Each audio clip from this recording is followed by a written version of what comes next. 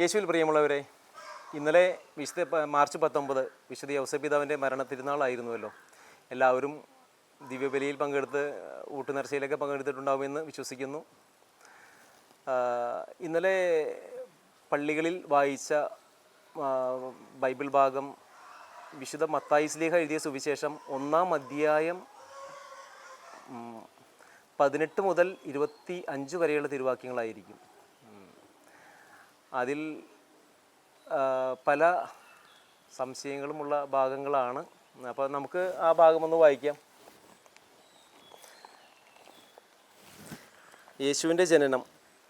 യേശു ക്രിസ്തുവിൻ്റെ ജനനം ഇപ്രകാരമായിരുന്നു. അവൻ്റെ മാതാവായ മറിയവും യൗസേപ്പും തമ്മിലുള്ള വിവാഹ നിശ്ചയം കഴിഞ്ഞിരിക്കെ അവർ സഹവസിക്കുന്നതിന് മുൻപായി അവൾ പരിശുദ്ധാത്മാവിനാൽ ഗർഭിണിയായി കാണപ്പെട്ടു. യൗസേപ്പ് നീതിമാനാകയാലും മറിയത്തെ അപമാനിതയാക്കുവാൻ ഇഷ്ടപ്പെടായകയാലും അവളെ രഹസ്യമായി ഉപേക്ഷിക്കുവാൻ തീരുമാനിച്ചു. അവൻ ഇതേക്കുറിച്ച് ചിന്തിച്ചുകൊണ്ടിരുന്നപ്പോൾ ദൈവദൂതൻ സ്വപ്നത്തിൽ പ്രത്യക്ഷപ്പെട്ട് യൗസേപ്പിനോട് പറഞ്ഞു, യൗസേപ്പ്, നീ മറിയത്തെ ഭാര്യയായി സ്വീകരിക്കുവാൻ ശങ്കിക്കേണ്ട. അവൾ ഗർഭം ധരിച്ചിരിക്കുന്നത് പരിശുദ്ധാത്മാവിൽ നിന്നാണ്. അവൾ ഒരു പുത്രനെ പ്രസവിക്കും. നീ അവന് യേശു എന്ന് പേരിടണം. കന്യക ഗർഭം ധരിച്ച് പുത്രനെ പ്രസവിക്കും. എമാനുവൽ എന്ന് അർത്ഥമുള്ള കന്യക ഗർഭം ധരിച്ച് പുത്രനെ പ്രസവിക്കും. ദൈവം നമ്മോടുകൂടെ എന്ന് അർത്ഥമുള്ള എമാനുവൽ എന്നവൻ വിളിക്കപ്പെടും എന്ന് കർത്താവ് പ്രവാചകൻ വഴി അരുൾ ചെയ്തത് നിറവേറ്റപ്പെടുവാനാണ് ഇത് സംഭവിച്ചത്. യൗസേപ്പ് ഉറക്കത്തിൽ നിന്ന് എഴുന്നേറ്റു. ദൂതൻ കൽപ്പിച്ചതുപോലെ മറിയത്തെ ഭാര്യയായി സ്വീകരിച്ചു. പുത്രനെ പ്രസവിക്കുന്നത് വരെ അവളെ അവൻ അറിഞ്ഞില്ല. ഇതാണ് ഈ ബൈബിൾ ഭാഗം. ഇതിൽ നിങ്ങളും കേട്ടിട്ടുണ്ടാവും. അപ്പോൾ പല സംശയങ്ങളും നിങ്ങൾക്ക് ഉണ്ടായിട്ടുണ്ടാകാം. അത് സംശയ നിവാരണം നടത്തുന്നോ എന്നൊന്നും എനിക്കറിയില്ല. കാരണം ഞാൻ ഇന്നലെ 2 ദിവ്യബലികളിൽ സംബന്ധിച്ചായിരുന്നു. ഒന്ന് ലാറ്റിൻ ദിവ്യബലിയിലും ഒന്ന് സിറിയൻ ദിവ്യബലിയിലും. ഈ 2 സ്ഥലത്തും ഇതിനെക്കുറിച്ചുള്ള ഒരു ഈ സംശയങ്ങളെക്കുറിച്ചുള്ള വ്യക്തമായ വ്യാഖ്യാനം ഉണ്ടായിരുന്നില്ല.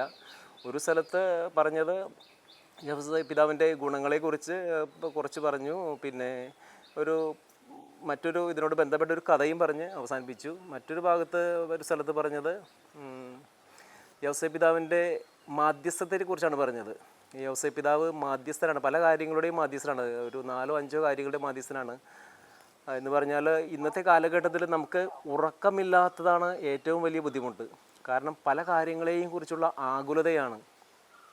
നാളെ എന്താകും എന്നതിനെക്കുറിച്ചുള്ള ആകുലത. അപ്പോൾ ബൈബിൾ നമ്മളോട് പറഞ്ഞിരിക്കുന്നത്, നീ നാളെയെക്കുറിച്ച് ആകുലപ്പെടേണ്ട. ആയുസ്സിൻ്റെ ഒരു മുഴം കൂട്ടുവാനോ കുറയ്ക്കുവാനോ നിനക്ക് സാധിക്കുകയില്ല. പിന്നെ എന്തിനാണ് നീ ആകുലപ്പെടുന്നത് എന്ന് ചോദിച്ചിട്ടുണ്ട്. എങ്കിലും നമുക്ക് എല്ലാം നാളെയെക്കുറിച്ചുള്ള ആകുലതകളാണ്. അപ്പോൾ അവിടെയാണ് ഈ യൗസേപ്പിതാവിൻ്റെ ഉറക്കം പ്രസക്തമാകുന്നത്. സുഖമായി ഏത് പ്രതിസന്ധി കാലഘട്ടങ്ങളിലും സുഖമായി ഉറങ്ങുന്ന ഒരു യൗസേപ്പിതാവിനെയാണ് ബൈബിൾ ചിത്രീകരിക്കുന്നത്. അപ്പോൾ ഉറങ്ങുന്നവരുടെ മധ്യസ്ഥൻ. ഇനി അടുത്തത് സ്വപ്നം കാണുന്നവരുടെ മധ്യസ്ഥൻ. ഈ സ്വപ്നം കാണണമെങ്കിൽ എന്ത് വേണം? നല്ലൊരു ഉറക്കം, ആഴത്തിലുള്ളൊരു ഉറക്കമുണ്ടെങ്കിൽ മാത്രമേ നമുക്ക് സ്വപ്നം കാണുവാൻ സാധിക്കുകയുള്ളൂ. അപ്പോൾ യൗസേപ്പിതാവിന് പല കാര്യങ്ങളും ദൂതനിൽ നിന്ന് കിട്ടിയിരിക്കുന്നത് സ്വപ്നത്തിലൂടെയാണ്. സുഖമായി ഉറങ്ങുന്ന സമയത്ത് സ്വപ്നങ്ങളിലൂടെയാണ് നിർദ്ദേശങ്ങൾ ലഭിച്ചിരിക്കുന്നത്. ഇസ്രായേലിൽ നിന്നും ഈജിപ്തിലേക്ക് പോകുവാനും മാതാവിനെയും ശിശുവായ യേശുവിനെയും കൊണ്ട് പോകുവാനും അവിടെ നിന്ന് കുറച്ച് നാൾ കഴിയുമ്പോൾ തിരിച്ച് ഗലീലായിലേക്ക് വരുവാനൊക്കെ സ്വപ്നങ്ങളിലൂടെയുള്ള നിർദ്ദേശങ്ങളാണ് ലഭിച്ചിരുന്നത്. അപ്പോൾ അതുവഴി ഈ ഉറക്കത്തിൻ്റെ മധ്യസ്ഥൻ, സ്വപ്നങ്ങളുടെ മധ്യസ്ഥൻ. ഇനി അടുത്ത മധ്യസ്ഥൻ എന്ന് പറഞ്ഞാൽ പാലായനങ്ങളുടെ മധ്യസ്ഥൻ. കാരണം യൗസേപ്പിതാവ് എത്രയോ കിലോമീറ്ററുകൾ ഈ മാർഗനിർദ്ദേശം, ഈ സ്വപ്നത്തിലൂടെയുള്ള നിർദ്ദേശങ്ങൾ കിട്ടിയതരിച്ചിട്ട് ഇങ്ങനെ പോയിരിക്കുന്നു. അപ്പോൾ പാലായനങ്ങളുടെ മധ്യസ്ഥൻ. ഇപ്പോൾ ഇന്നത്തെ കാലഘട്ടത്തിൽ നമ്മളെല്ലാവരും പറിച്ചു നടുകപ്പെട്ടുകയാണല്ലോ. ജർമ്മനിയിലേക്കും ഓസ്ട്രേലിയയിലേക്കും അങ്ങനെ അവിടെ ചെന്ന് കഴിഞ്ഞാൽ അവിടുത്തെ സിറ്റിസണായി ഇവിടെ പിന്നെ ഇങ്ങോട്ട് തിരിച്ചു വരുന്നത് വെറും വിസിറ്റിങ്ങിന് വേണ്ടി മാത്രമാണ് തിരിച്ചു വരുന്നത്. അപ്പോൾ ഇന്നത്തെ കാലഘട്ടത്തിൽ നമുക്ക് കാര്യമാണ് പാലായനങ്ങളുടെ. അപ്പോൾ അവരുടെ ഒരു മധ്യസ്ഥനാണ് വിശുദ്ധ യൗസേപ്പിതാവ്. പിന്നെ നിശബ്ദതയുടെ മധ്യസ്ഥൻ. വിശുദ്ധ ബൈബിളിൽ യൗസേപ്പിതാവ് ഒരു സംസാരിച്ചതായി ബൈബിളിൽ പറഞ്ഞിട്ടില്ല. എല്ലാ കാര്യങ്ങളും കേട്ടതേ ഉള്ളൂ. സ്വപ്നങ്ങളിലൂടെയുള്ള കാര്യങ്ങൾ, അവൻ പറയേണ്ട കാര്യങ്ങൾ മാതാവ് പറഞ്ഞിരിക്കുന്നു. മാതാവ് പറയുന്നുണ്ടല്ലോ, ഇതാ നിൻ്റെ പിതാവും ഞാനും നിന്നെ അന്വേഷിച്ച് ഉത്കണ്ഠാകുലരായി നിന്നെ അന്വേഷിച്ച് നടക്കുകയായിരുന്നില്ലേ എന്നൊക്കെ പറയുന്നത് നമ്മൾ കേട്ടിരിക്കുന്ന കാര്യങ്ങളാണല്ലോ. അപ്പോൾ യൗസേ പിതാവിൻ്റെ അധരത്തിൽ നിന്നും ഒരു വാക്ക് പുറപ്പെടുന്നതായിട്ട് വിശുദ്ധ ബൈബിൾ കാണിച്ചു തരുന്നില്ല. അപ്പോൾ നിശബ്ദതയിലാണ് അദ്ദേഹം സംസാരിച്ചിരുന്നത്, അദ്ദേഹം വർദ്ധിച്ചിരുന്നത്. അപ്പോൾ ഇന്നത്തെ ഈ പ്രത്യേക കാലഘട്ടത്തിൽ കോലാഹലങ്ങളുടെ ഇടയിൽ ഒരു നിശബ്ദതയ്ക്ക് വേണ്ടി ഒരു മധ്യസ്ഥനെ തിരയുകയാണെങ്കിൽ അത് യൗസേ പിതാവാണ്. നല്ല മരണത്തിൻ്റെ മധ്യസ്ഥൻ. കാരണം നമ്മൾ മരിക്കുന്ന സമയത്ത് വിശുദ്ധ യൗസേ പിതാവിനെയും കന്യകാമറിയത്തിനെയും വിളിച്ച് പ്രാർത്ഥിക്കാറുണ്ട്, നല്ലൊരു മരണം കിട്ടുവാൻ വേണ്ടി സഹായിക്കണമേ. അപ്പോൾ നല്ലൊരു മരണം എന്ന് വെച്ച് കഴിഞ്ഞാൽ യൗസേ പിതാവ് മരിക്കുമ്പോൾ പരിശുദ്ധ മാതാവും ഭാര്യയായ പരിശുദ്ധ മാതാവും ഉണ്ണിയായ യേശുവും ഈശോയും കൂടെ ഉണ്ടായിരുന്നു. അപ്പോൾ നമ്മുടെ മക്കൾ നമ്മൾ മരിക്കുന്ന സമയത്ത് നമ്മുടെ മക്കളും നമ്മുടെ ഭാര്യയൊക്കെ അടുത്ത് ഉണ്ടാവുകയാണെങ്കിൽ അതൊരു എന്താ പറയുക, ഒരു സന്തോഷപ്രദമായ ഒരു മരണമായിരിക്കും. ഇന്നത്തെ അവസ്ഥയിൽ ഇല്ലാതിരിക്കുന്നത് അതാണ്. കാരണം മക്കൾ വിദേശത്തായിരിക്കും, മരിക്കുന്ന സമയത്ത് വന്നു എന്ന് തന്നെ പറയാം. അപ്പോൾ ആ ഒരു നല്ല മരണം ലഭിക്കുവാൻ വേണ്ടി ഉള്ളവരുടെ ഒരു മധ്യസ്ഥനാണ് വിശുദ്ധ യൗസേ പിതാവ്. ഈ അവിടെ പ്രസംഗം അങ്ങനെയായിരുന്നു. അപ്പോഴും ഇതിൻ്റെ വ്യക്തമായ ഒരു നമുക്ക് സംശയാസ്പദമായിട്ടുള്ള അല്ലെങ്കിൽ സംശയങ്ങളുള്ള രണ്ട് ഭാഗങ്ങൾ അവിടെ സ്ഥിരീകരിക്കപ്പെട്ടില്ല, നമ്മളവിടെ വിചിന്തനം ചെയ്തിട്ടില്ല. അപ്പോൾ നമുക്ക് ഇതിൻ്റെ സംശയമായ രണ്ട് ഭാഗങ്ങൾ മാത്രമേ ഞാൻ നിങ്ങളുമായി പങ്കുവയ്ക്കാൻ ആഗ്രഹിക്കുന്നുള്ളൂ. രണ്ട് കാര്യങ്ങൾ, അത് നിങ്ങൾക്കും വളരെ സംശയങ്ങളുള്ളൊരു ഭാഗങ്ങളായിരിക്കും, എനിക്കും ആയിരുന്നു, ഇപ്പോൾ ഇല്ല. ആ രണ്ട് ഭാഗങ്ങൾ എന്നാൽ, ജോസഫ് നീതിമാനാകയാലും മറിയത്തെ അപമാനിതയാക്കുവാൻ ഇഷ്ടപ്പെടായികയാലും അവളെ രഹസ്യമായി ഉപേക്ഷിക്കുവാൻ തീരുമാനിച്ചു. ഇതാണ് ഒരു ഭാഗം. എന്താണ് ഈ രഹസ്യമായി ഉപേക്ഷിക്കുക എന്ന് പറഞ്ഞാൽ? അപ്പോൾ ആദ്യമേ തന്നെ നമുക്ക് അതിൻ്റെ ഒരു ഭാഗം എടുക്കാം. നീതിമാൻ. എന്താണ് നീതിമാൻ? നീതിയോടെ വർദ്ധിക്കുന്നവൻ ആരോ അവനാണ് നീതിമാൻ. അപ്പോൾ അവിടെ ജോസഫ് നീതിമാനാകയാലും, ഈ നീതിമാൻ ആയതുകൊണ്ടാണ് അവൻ മറിയത്തെ ഉപേക്ഷിക്കുവാൻ തീരുമാനിച്ചത്. ആ വചനം അങ്ങനെയാണല്ലോ. അവൻ നീതിമാൻ ആകയാലും മറിയത്തെ അപമാനിതയാക്കുവാൻ ഇഷ്ടപ്പെടാകിയാലും രഹസ്യമായി ഉപേക്ഷിക്കാൻ തീരുമാനിച്ചെന്ന് പറഞ്ഞേ. അപ്പോൾ നീതിമാൻ ആയതുകൊണ്ടാണ് അവൻ അങ്ങനെ ചെയ്യാനായിട്ട് ചിന്തിച്ചത്. അപ്പോൾ നീതിമാനാകിയാലും മറിയത്തെ അപമാനിതയാക്കുക എന്ന് പറഞ്ഞാൽ എന്താണ്? ആ കാലഘട്ടത്തിൽ മോശയുടെ നിയമമനുസരിച്ച് വ്യഭിചാരത്തിൽ പിടിക്കപ്പെട്ട ഒരു സ്ത്രീയെ കല്ലെറിഞ്ഞു കൊല്ലണമെന്നാണ് നിയമം. അപ്പോൾ അപമാനിതയാക്കുക എന്ന് പറഞ്ഞാൽ അവിടെ ചുമ്മാ ഒരു ആ വാചകത്തിന് അവിടെ എന്താ പറയുക, അതിന് വലിയ തീവ്രത കൊടുത്തിട്ടില്ല. പക്ഷേ അതിൻ്റെ അടുത്ത സ്റ്റെപ്പ് എന്ന് പറഞ്ഞാൽ അവളെ കല്ലെറിഞ്ഞു കൊല്ലുക എന്നതാണ്. മറിയത്തിന് അടുത്തതായി സംഭവിക്കാൻ പോകുന്നത് അവൾ കല്ലെറിഞ്ഞു കൊല്ലപ്പെടും. അതാണ് ഉണ്ടാകുന്ന കാര്യം. അപ്പോൾ അതിന് താല്പര്യമില്ലാത്തത് കൊണ്ടും, അപ്പോൾ മറിയത്തിനോട് ഒരു യൗസേ പിതാവിന് ഒരു ദയയുണ്ട്, കാരുണ്യമുണ്ട്. അതിൻ്റെ പേരിലാണ് യൗസേ പിതാവ് അപമാനിതയാക്കുവാൻ ഇഷ്ടപ്പെടായികയാലും രഹസ്യമായി ഉപേക്ഷിക്കാൻ തീരുമാനിച്ചു. ഇവിടെയാണ് ഈ രഹസ്യമായി ഉപേക്ഷിക്കുക എന്ന് പറഞ്ഞാൽ എന്താണ്, എങ്ങനെയാണ് ഈ രഹസ്യമായിട്ട് ഉപേക്ഷിക്കുന്നത്? അപ്പോൾ പരസ്യമായിട്ട് ഉപേക്ഷിക്കുന്നത് എങ്ങനെയാണെന്ന് നമുക്ക് നോക്കാം. പരസ്യമായിട്ട് അവിടെ ഉപേക്ഷിക്കുകയാണെങ്കിൽ ആളുകൾ അറിഞ്ഞ് അവൾ എന്താ പറയുക, ആളുകളുടെ ഇടയിൽ അവൾ വിചാരണ ചെയ്യപ്പെടും. അവൾ ഈ ഒരു കുറ്റം ചെയ്തിട്ടുണ്ടെന്ന് കണ്ടുപിടിക്കപ്പെട്ട് കഴിഞ്ഞാൽ അവൾ പരസ്യമായി കല്ലെറിയപ്പെട്ട് അവളെ കൊല്ലും. അപ്പോഴാണ് ഇവിടെ ഈ രഹസ്യമായി ഉപേക്ഷിക്കുക എന്നുള്ളതിൻ്റെ പ്രസക്തി വരുന്നത്. എൻ്റെ ഒരു ചിന്താഗതിയിൽ പറയുകയാണെങ്കിൽ യൗസേ പിതാവ് പാലായനങ്ങളുടെ മധ്യസ്ഥനാണ്.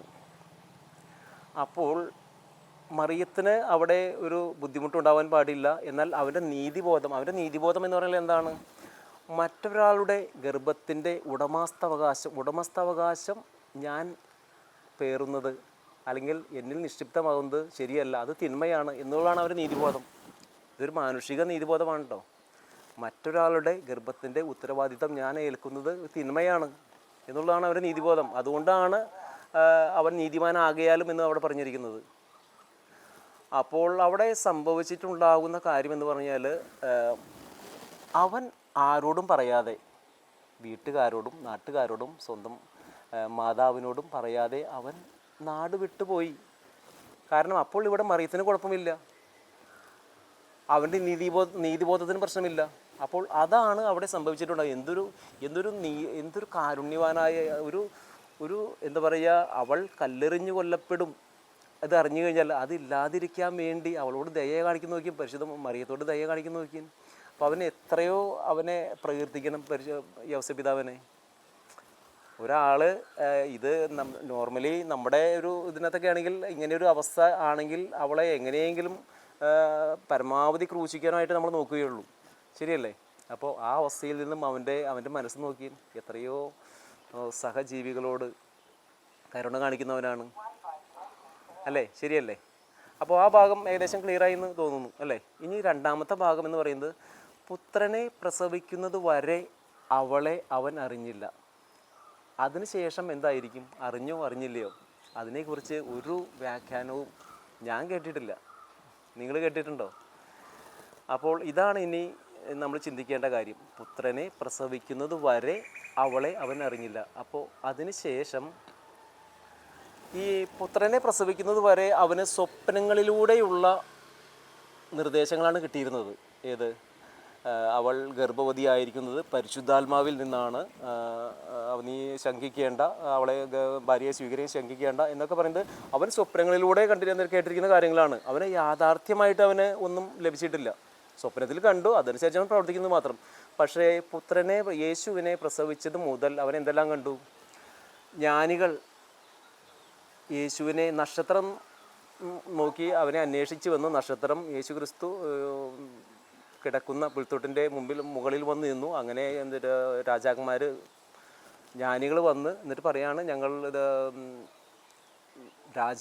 രാജാവാകുവാനുള്ള ആൾ ജനിച്ചിരിക്കുന്നു, ബെത്ലഹേമിൽ ജനിച്ചിരിക്കുന്നു എന്ന് ഞങ്ങൾക്ക് അറിയിപ്പ് കിട്ടി, ഒരു മെസ്സേജ് കിട്ടി. അതനുസരിച്ച് ഞങ്ങൾ വന്നതാണ്. എന്നിട്ട് അവർ പൊന്ന്, മീറ, കുന്തിരിക്കം എന്നിവ കൊണ്ട് അവനെ വണങ്ങുന്നു, എന്നിവ കാഴ്ച അർപ്പിച്ച് അവനെ വണങ്ങുന്നു. അപ്പോൾ ഇത് കേട്ടപ്പോൾ യോസേപ്പിതാവിന് താൻ കണ്ട സ്വപ്നം ശരിയാണല്ലോ, ഒരു അത്ഭുതത്തിലേക്കും വന്നു. രണ്ടാമത് എന്തുണ്ടായത്? ആട്ടിടയന്മാർ വന്നു. ആട്ടിടയന്മാർ വന്നിട്ട് ഉണ്ണിയായ യേശുവിനെ ആരാധിക്കുന്നു. എന്നിട്ട് അവർക്കുണ്ടായ അനുഭവം പറയുന്നു. എന്താ പറയുക, ഒരു ദൂതൻ വന്നിട്ട് പറയുന്നു, ഇങ്ങനെ ഒരു രാജാവാകുമെന്ന് ഇസ്രായേലിനെ നയിക്കുവാൻ പോകുന്നവൻ ജനിച്ചിരിക്കുന്നു. അങ്ങനെ സ്വർഗത്തിൽ നിന്നും ഒരു വ്യൂഹം ഇറങ്ങി വന്ന് ഉള്ള ഒരു പ്രത്യേക ഒരു അത്ഭുത കാര്യങ്ങൾ അവിടെ സംഭവിച്ചു.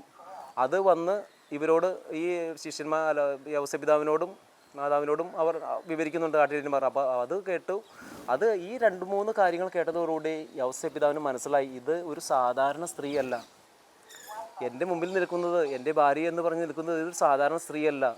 ആദിയിലെ വചനത്തിൽ പറയുന്നുണ്ടല്ലോ, കന്യക ഗർഭം ധരിച്ച് ഒരു പുത്രനെ പ്രസവിക്കും, ദൈവം നമ്മോടുകൂടി എന്നർത്ഥമുള്ള എമ്മാനുവൽ എന്നവൻ വിളിക്കപ്പെടും. ആ ഒരു സ്ത്രീയാണ്, പ്രവാചകന്മാരിലൂടെ എഴുതപ്പെട്ടിരിക്കുന്ന ആ ഒരു സ്ത്രീയാണ് പരിശുദ്ധ മാതാവ്. ഇതൊരു സാധാരണ സ്ത്രീയല്ല എന്ന് യൗസേപ്പിതാവ് തിരിച്ചറിഞ്ഞു. അപ്പോൾ പരിശുദ്ധ ദൈവമാതാവ് എന്ന സാധാരണ ഒരു സ്ത്രീ എന്നതിൽ നിന്ന് മാറി, പഴയ അവൻ്റെ ചിന്താഗതി സാധാരണ ഒരു സ്ത്രീ എന്നുള്ളതാണ്, അതിൽ നിന്നും മാറി പരിശുദ്ധ ദൈവമാതാവ്, ദൈവത്തിൻ്റെ അമ്മ എന്നുള്ളൊരു സ്ഥാനത്തേക്ക് അവൾ ഉയർത്തപ്പെട്ടു. അതാണ് യൗസേപ്പിതാവ് അറിഞ്ഞു എന്ന് പറയുന്നത്. പുത്രനെ പ്രസവിക്കുന്നത് വരെ അവൻ അറിഞ്ഞില്ല. അതിനുശേഷം യൗസേപ്പിതാവിൻ്റെ മനസ്സിൽ അവളുടെ ചിത്രം മാറി. അവൾ ദൈവമാതാവ്, പരിശുദ്ധ ദൈവമാതാവായി. അപ്പോൾ അവൾ ആരാധിക്കപ്പെടേണ്ടവളായി, അവൾ സ്തുതിക്കപ്പെടേണ്ടവളായി. ആ ഒരു സ്ഥാനം മാറി. അപ്പോൾ അതിനുശേഷം പറഞ്ഞത് എന്താണ്?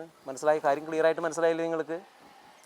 പല പെന്തിക്കോസ്തേ സഭകളും ഒക്കെ കേട്ടിരിക്കുന്ന അതിനുശേഷം അവളെ അറിഞ്ഞു എന്ന് പറയുമ്പോൾ അവളായിട്ട് ശാരീരികമായി ബന്ധപ്പെട്ടു എന്നുള്ള തരത്തിലേക്കൊക്കെ ചില വ്യാഖ്യാനങ്ങൾ പോകുന്നുണ്ട്. അതിൻ്റെ അപ്പോൾ ഈ പെന്തിക്കോസ്തിലോ എങ്ങനെ സംശയം.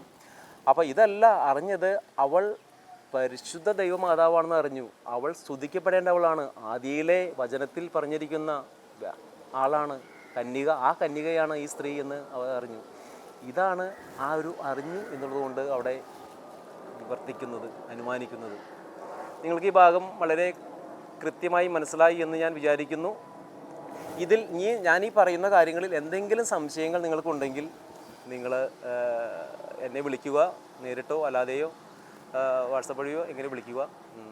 ഏതെങ്കിലും തരത്തിലുള്ള ഞാൻ ഈ പറഞ്ഞ കാര്യങ്ങളിൽ ഏതെങ്കിലും തരത്തിലുള്ള സംശയങ്ങളുണ്ടെങ്കിൽ നിങ്ങൾക്കിത് നല്ലതായി തോന്നുകയാണെങ്കിൽ നിങ്ങളുടെ ആത്മീയമായി നിങ്ങളെ നയിക്കുന്നവരിലേക്ക് പറയുക. കാരണം ഇതുവരെ ഞാൻ കേൾക്കാത്തൊരു വ്യാഖ്യാനമാണ് എന്ന് എനിക്ക് തോന്നുന്നു. നിങ്ങളും കേട്ടിട്ടുണ്ടാവുകയില്ല എന്ന് ഞാൻ വിശ്വസിക്കുന്നു. കാരണം ഇതുവരെ ഞാനും കേട്ടിട്ടില്ല അത് തന്നെ കേട്ടോ. അപ്പോൾ ഓക്കെ, എല്ലാവർക്കും നല്ല ഒരു ദിവസം ആശംസിക്കുന്നു. ജയ് ക്രൈസ്റ്റ്.